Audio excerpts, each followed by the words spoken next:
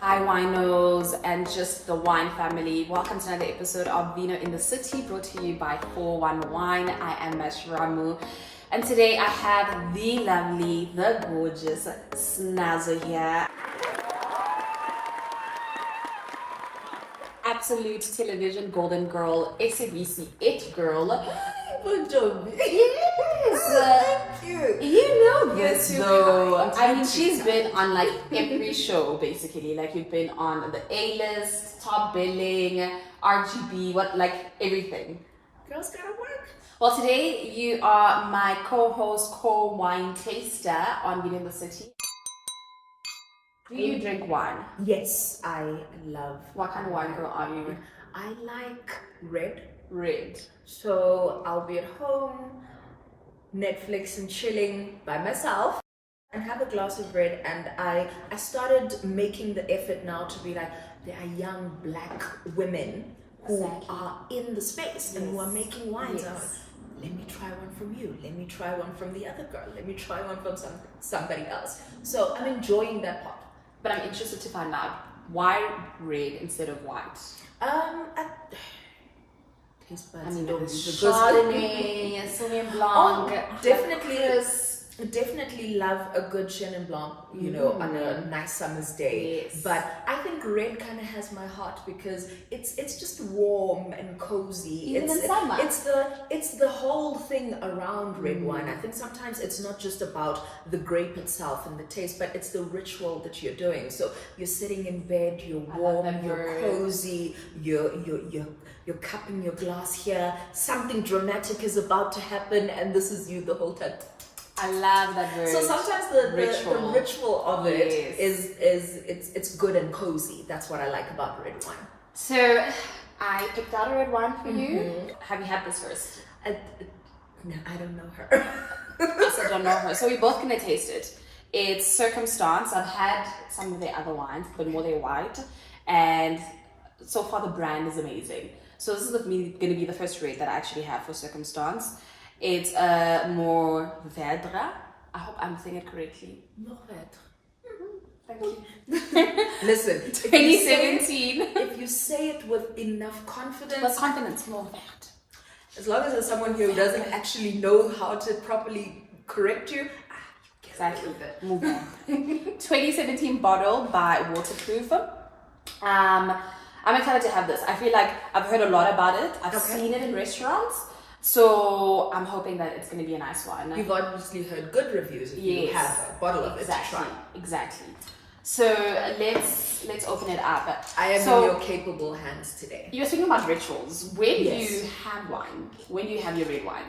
I have my red wine at the end of a long week, usually. So my friends and I used to go out a lot when I first moved to Johannesburg, which was maybe, it was back in Philippines here. It was 2010 times. The entire country was high on, World Cup fever. So going out was the thing to do every weekend. But as we're getting older, friends are getting, having children, we're starting to make, our home visits a little bit more of the comfy space. So we're entertaining in each other's houses. So it tends to be that kind of thing. Beautiful. So we get to the end of the week, we invite somebody over, we cook, we bond over some wine. Exactly. And that's where we usually have it. And that is the premise of Vino in the City, right?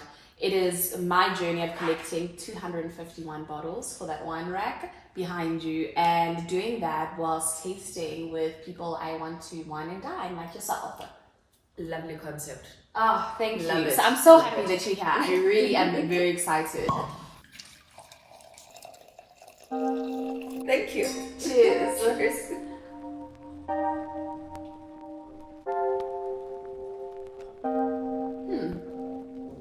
I like it. I like it. I really like it. I like it. I don't have the language. You know how they'll talk about the nose of the wine and But the, let's and the this and the that. let's try. I don't have the language, so What does it smell like for you? like wine, sis. What do you Oh, mean? sis, no. Is it woody? Is it unwoody? You know what I like. I think when I classify my wines, I like there are some wines that are lighter. Yes. And some reds that you'd have with, let's say, seafood or with that's not traditionally supposed to be a red wine meal. There are those wines that feel a lot lighter. And you say you don't have the language. But I get it to describe a wine as light rather than telling you about the undertones of it. That part of the language I don't have. But then you'll have wines that are just, richer, fuller. Exactly. They feel like, even when you just sip it by itself, you're like, about your oxtail. Yes. Oxtail would come in and be family with this girl. And what kind of vibe are you getting from this one? I am getting a medium vibe from this. So what I'm getting, let me have another sip. Girl, I'll have I need to be sure. For scientific purposes, of course. I like it. You know what this says to me? This is giving me medium, so it's not too light and it's not too like heavy, full body. So I'm seeing prawn coconut curry, which is it's a heavy meal, but it's a lighter meat. It's not as heavy as you would go with an oxtail kind of flavor. Exactly. So I love it. Cheers. So talking about your career, why did you choose to pursue a career in entertainment versus a CA route, which is what you actually study for? That was the plan. So the idea to study financial accounting came when I was in grade 7, 8, one of those. And a lot of my classmates knew what they wanted to do with their lives. I was sitting there like, that was me grade 11 also. Really? I had So then why CA out of all the careers? I'll tell you why. Because we had what do they call them? Career guidance. Career guidance. Counselors. We had people who would come in. Obviously, in high school, we had people who were trying to pitch their companies to us to try and recruit, to say, this is an industry that young black women are not very big in. So the space is a space where you can come in as young black women and flourish. So I was like, okay. And the things that were required for me to study financial accounting were subjects that I was already acing accounting anyway. So I thought, if you're good at it, beauty. But here's the thing, if you're good at it, and you don't know what else you would want to do, why not go down a career path where this would be something that I would be good at? Exactly. And I tend to enjoy myself more when I know that I'm good at something. Okay. And I know that I'm good at something, and I really don't have I never had a burning desire or passion for balance sheets and statements of comprehensive income. I never did. I do now. But so it was an easy choice to kind of flow into, because this is something I'm good at. This is something I could do. And you know what they told me? I was like, what do I want to do with my life? I actually just want to take holidays. We didn't have the language of the soft life, but it was, and I never knew people who did that. So I couldn't point at the TV screen and say, oh, Auntie Basi is living, her best life. I want to be like her. Obviously now you're like, I'm embarrassed to say I don't actually want to do anything. I just want to be on holiday the whole time and just have a good time. But when they told us, listen, you can make great money. You can work up all your overtime. You can convert it into cash, or you can convert it into extra days off. I thought, I'm going to do extra days off, work my butt off during the course of the year so that I can take these holidays.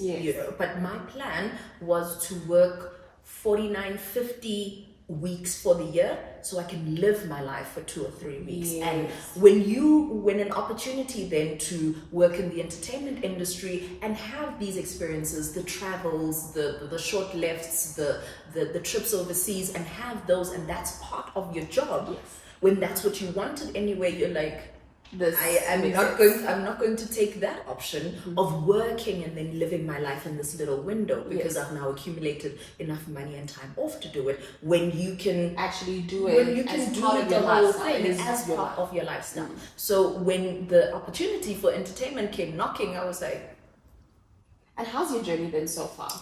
it's been ups and downs, it's been frustrations, obviously, you know, moving to Johannesburg, because I moved here without a job and I was staying with some friends of mine and my mom was paying my bills for the longest time, going to castings, going to auditions. It can get a little bit demotivating sometimes, but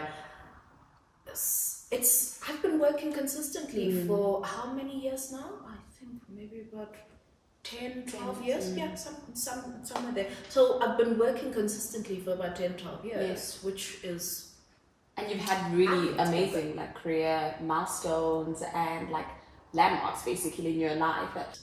Would it be correct to say that part of your image is Miss Independent?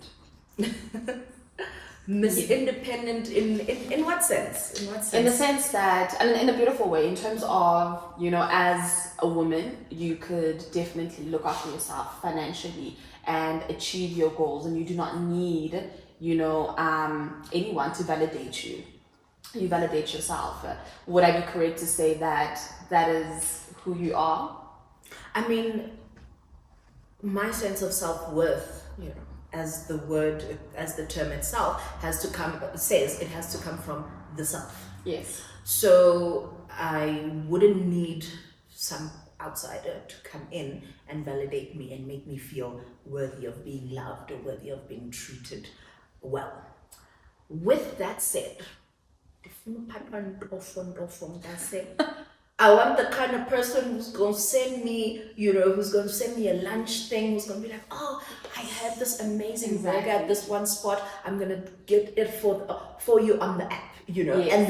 and they'll deliver your lunch for you. So I think, yes, I do like that. And someone was going to be like, babe, I'm taking you on a surprise vacation. I like those things, and I like nice things, and nice things cost money. So Exactly. But it's Sometimes it's you also look at it, beautiful, yeah. right? Yeah. That even as a very independent woman, there's so many layers and like complexities that are still make you a whole, right? Yes. Without taking away the but I'm Miss Independent. But Yes. no, you can be absolutely Sinazo, Miss Yes. Independent, but at the same time, Sinazo who also appreciates someone who cares for her, someone who spoils her, someone who treats her, because honey, you deserve it. You know what I mean? So, and I think a lot of guys feel like it's either one or the other. If she's Miss Independent, then she's Miss Independent. Let's split the bill or pay for the bill, or you're not Miss Independent and I look after all your needs. girl, I tried dating a 50-50, let's split the bill kind of man Yes. once as an experiment. 0 out of 10, don't recommend it, wouldn't do it again. What I learned from this particular person, and obviously I can't paint every single person with the same brush, and I won't necessarily generalize, but what I realized was his inability to spend money on me wasn't about physical cash.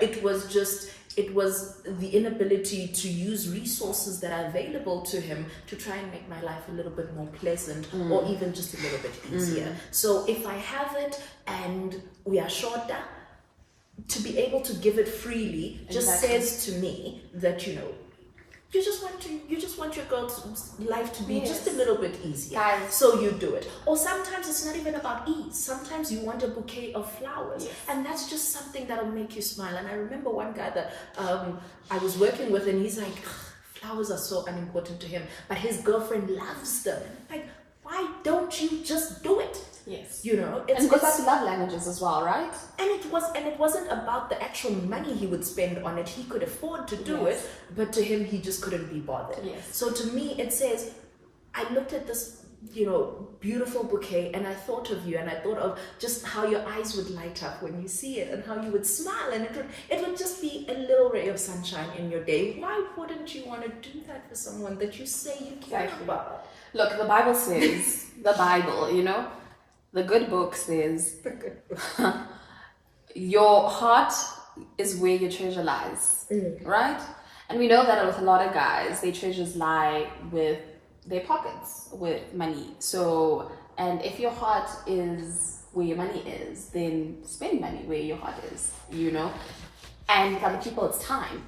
With other people, it is, I don't know, like effort, you know? So it goes back to love languages. Have you ever done love languages? I have, and apparently it's receiving gifts.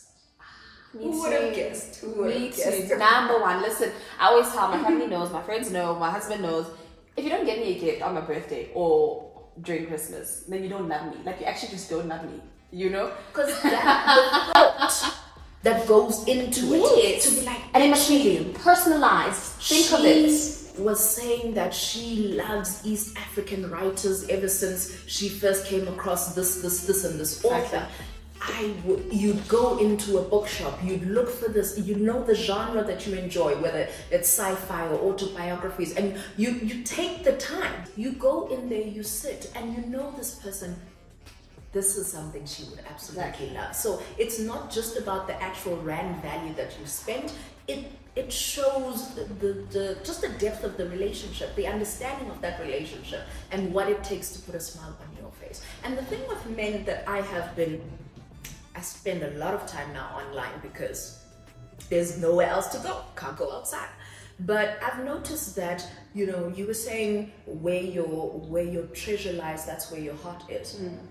And a lot of men are in the business of shaming young women for dating hypergamously or attempting to do so. But these are the same men who swear they're going to become billionaires so they can be Mr. Bitches. You know what I mean? Because they know the kind of power and the social capital that would come from having those kinds of resources and the access. And they want that. Exactly. But while they don't have it, they want to shame you as a woman for also wanting it. Exactly. How are you going to be mad at the girlies for wanting to be close to your Grootman when you're the ice boy of the Grootman? You want to be close to him as well. Yes. You know, wealthy people draw all sorts of people. Yes. Men who aspire to be them, women who 100%. aspire to be with them. Don't hate the player. Hate the game. Hate the game. A lot of men love women who are dressed up, who have great hairstyle, well put together, looking on fleek. That costs money, you know? So don't pretend that you don't want that, because if you have a girl who can't afford it and you also can't afford it, guess what? You're still looking at the girl seated next to you at the restaurant or who walks in who is looking on fleek. Wow, thank you so much. So now we get to this section where it's back to the wine. Yes. I honestly think exactly what you said. At first, like when it first touches my mouth, and not my mouth, my tongue, it's very light. And it's very, very distinct. But as it goes down my throat and down right into my stomach, it has this very warm feeling, and that brings out the full body that you're speaking about. And because when it initially touches my tongue, it's so light, you want to sip more. So it's one of those dangerous wines. You know, the ones where you think that yes, the ones you think that it's light, but it's not, because okay, I see. I see what you mean. Yeah, it's one of those things like when you're just sipping something that tastes more on the fruity side, and it's gonna knock you with its punch. Hard. Okay. Hard. All right. I love it, but I like this. Currently, you're still the host of Real Goposa. The Real Goposa. I read somewhere that you enjoy gossip. But you've managed to not be in the tabloids yourself. How are you managing to do that? We're not hearing scandals. We're not hearing any love triangles. I do date. So you're single right now? I am right now. But also the pandidly. So do you know how many people found love via cyber relationships and people that are getting married? I feel like 2020, there's more engagements in 2020 than any other year. I think people thought the world is ending, so better just get married to the person you're either dating or a person that you're interested in. Girl, when I tell you how many times I've deleted and re-downloaded that dating app. Yes. Because I'll download it. How many dates have you gone through that dating app? No, I was zero. I get it now. You haven't gone to any No, date I downloaded it for the pandemic. Yes. Because I was like, okay, I'm sitting at home. I think I wasn't looking for a partner, as in I wasn't looking for a relationship. And funny attention, don't you? So it was going to be a nice thing to just have somebody to talk to, just get good morning, beautiful texts. Yes. It was just missing attention a little bit. So downloaded. And the ones that are okay, cool, I can, still trying, I just press the heart or the X. Yes. I don't know which way I'm swiping. The right swipe, no. But how is, and I bet you everyone asks you this. Yeah. How are you still single? What are you looking for in a man? I'm single because I'm picky, but I'm also single because the person I was 5 years ago is so completely different in terms of what I want in a relationship and even communicating what I want. I remember the last man that I dated, when we first, because we knew each other for a long time before we actually started dating. And when we first started dating, and he would ask me about my feelings, ask me about my expectations in the relationship. I didn't know how to put it into words. I didn't know how to put it into words because I never sat with myself and actually asked myself those questions honestly. So I couldn't answer him because I didn't know myself. Exactly. Now, fast forward a few more years, I'm confident enough in what I want. Yes.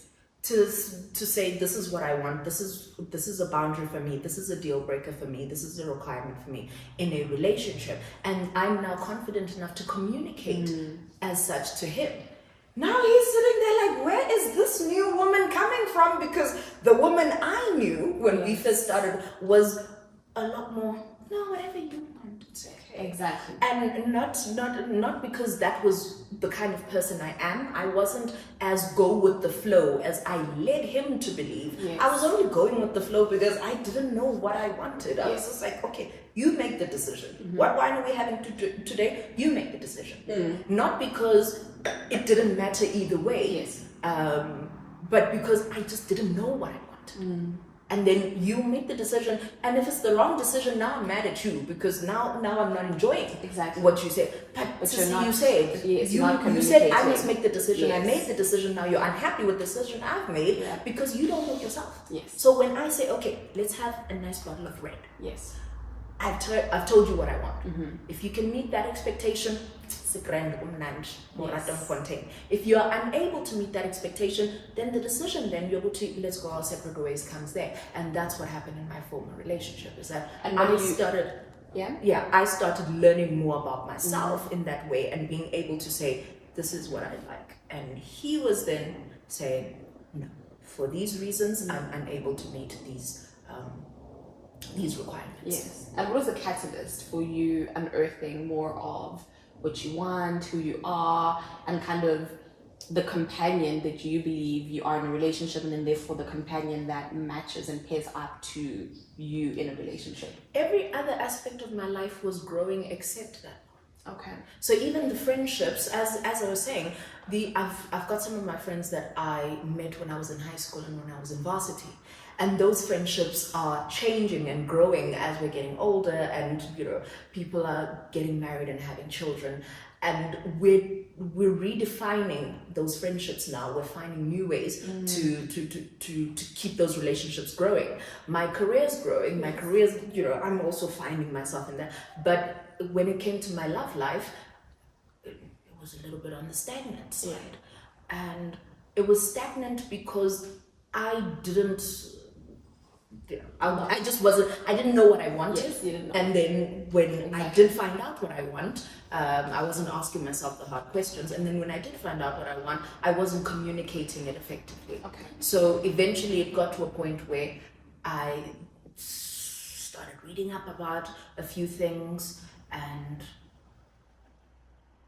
started speaking up a little bit more, and something changes when a woman just speaks up. Even if you just turn the volume, just one dial, something changes fundamentally in the environment that she's in and the people that are around her. So the idea that I would just be going with, whatever he wanted to do. To move from that space to saying, actually, this is what I want to do.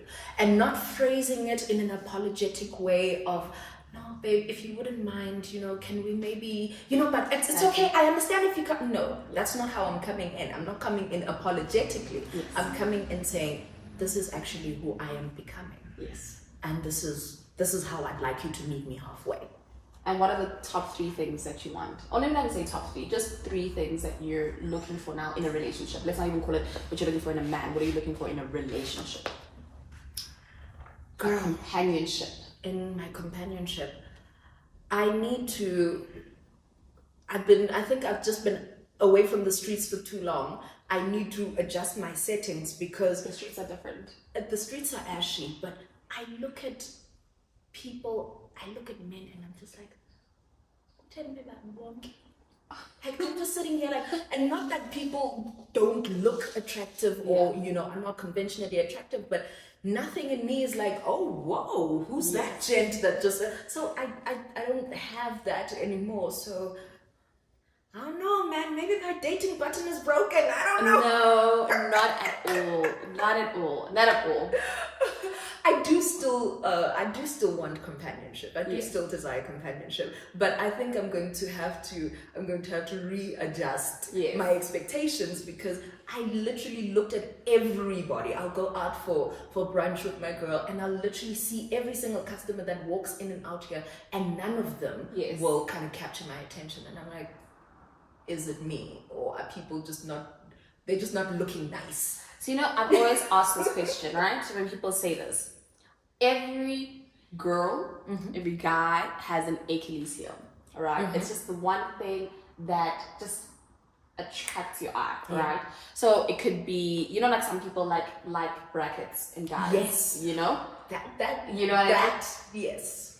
For some people like me, it's a fitted suit. Like my guy needs to wear it. Like I love fitted suits, and my husband wears fitted suits and not because of me.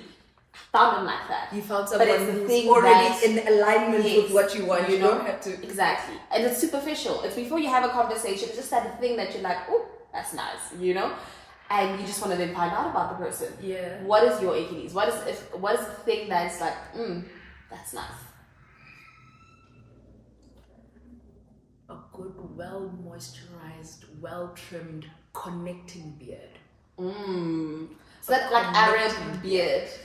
Girl, your words, not mine. Because sometimes when I look around in the streets, it's the connection is patchy. Yes. No, I completely understand that Arab. She's on dancer, so that nice, and it doesn't have to be a big lots of it. It can be nicely trimmed, but it needs your beard must have a hairline. Yes. So like, do you know what I mean? Yes. So it must just grow nicely and healthily, and these days it must just have like cousins, like a family tree going all the way from one side to the next side. It must do that. Not like some generations. So I like that. That's something that would first catch my eye. Tall, broad shoulders. Yes. Give me tall, give me broad shoulders, give me a full beard. I know I'm asking for a lot. Not at all. Not at all.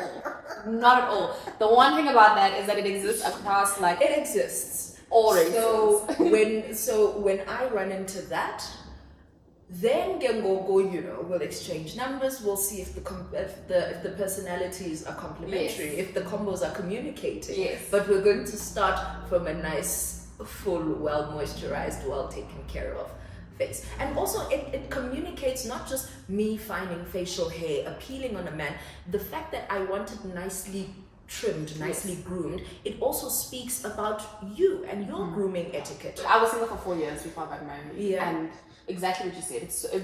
It was needed so I can get to know what do I want, who I am, and by the time the first relationship I had after that 4 years of being single was the relationship that I got married in, because I was very clear from the onset of what you want. And it's either you were for it or you weren't as my partner, as a companion, So we've been sipping this wine through our very, very indulgent conversation with some cheese. What was your first wine? Let's start there. What was your Tell me first about wine? it, because we had a 5 liter of namakwa that we would get. Exactly. I'm not going to say which stage of my life, because if my parents see this, they know me as having been a very goody two-shoes girl. So, but it was at that stage of your life where you have to count every single coin. And so it's like, okay, 20 rand, 20 rand, 20. And Stivani says, 20 rand is there too. We go to the shop, we get a 5 liter of wine. For me, drinking wine has always been about the ritual of it. Yes. Because if we could only get, with the amount of money we pulled together, we could only get 1 bottle, then that ritual is over very quickly. Yes. So the fact that the wine might have been good wine, might not have been good, I don't remember. It was so many years ago. Exactly. So the ritual of us drinking together, bonding, sharing trauma stories, sharing horror stories about, school or campus or whatever the conversation may have been about. School, boys, everything. We were young, we were starting to date, and it was but why do people do this? Why would this one ghost me? So all of that ritual, that was kind of the bonding ritual. Absolutely. That wine was also just sprinkling some extra flavor into. I honestly feel like Sinazo is the ideal, being in the city wino, because our slogan is, it's a circle, and it's wine creates a circle. It's social lubrication. It's the conversations you have over a bottle of wine. It's that ritual. And you've been speaking about it, about your friendships and how you would get together, whether it was in varsity or whether now. I hope my wine taste and my wine choice is something that you enjoy and that you can come back for. To wrap up, what we do at the end of every show is we rate the bottle of wine out of 5 wine glasses. Out of 5 wine glasses. How many would you give it? Take a few sips. Take a few sips. It is so good. I can't even explain it, how good it is. It's smooth. It has some level of creaminess to it, It's decadent. It's not woody for me at all. Fruity. There's just a level of raspberry for me. I don't know if you. And what I get? Okay. It's that kind of language where we have to beat them, does it? Because I think for me it's like a muscle. Yeah. Where if you sip wine and you pay attention to it, you will be able to start identifying those kinds of notes. I think it's because I just haven't given myself time to do that. So when you speak of, the type of fruit or the note that you're picking up on, it's a foreign language to me. It's Mandarin to me. Yes. So I will get a little bit lost, but definitely fruity. Like it, not too much on the woody side. As I said, I think I'll give this 4 glasses. This is my very first rating, so I wouldn't want to start with a perfect score. Yes. And you've got 250 bottles to get through. Exactly. I plan on being here for at least 245 of them. So I don't want to be too generous with my ratings, but definitely 4. This is a bottle of wine that I would be very, very happy to have. If I went into a restaurant and I saw my usual suspects there and I saw this one, I would definitely have that. I agree with you. I would give it a 4 out of 5. It is really, really good. And for me, I think it's the perfect one for that ritual. With that, thank you guys for tuning in. If you really enjoyed this episode, share and subscribe. But also leave comments asking any questions for Sinazo, and we will get them to her through social media, and hopefully she'll answer them over some live session we'll have with the bottle of wine. Right? That sounds good to me. Exactly. Thank you guys. Enjoy your glass and cheers for watching another episode of Vino in the City. Thank you so much, Sinazo, for coming. Let's toast again. Let's toast, let's sip, and I hope you enjoyed your bottle. Such an awesome host. No. Easy to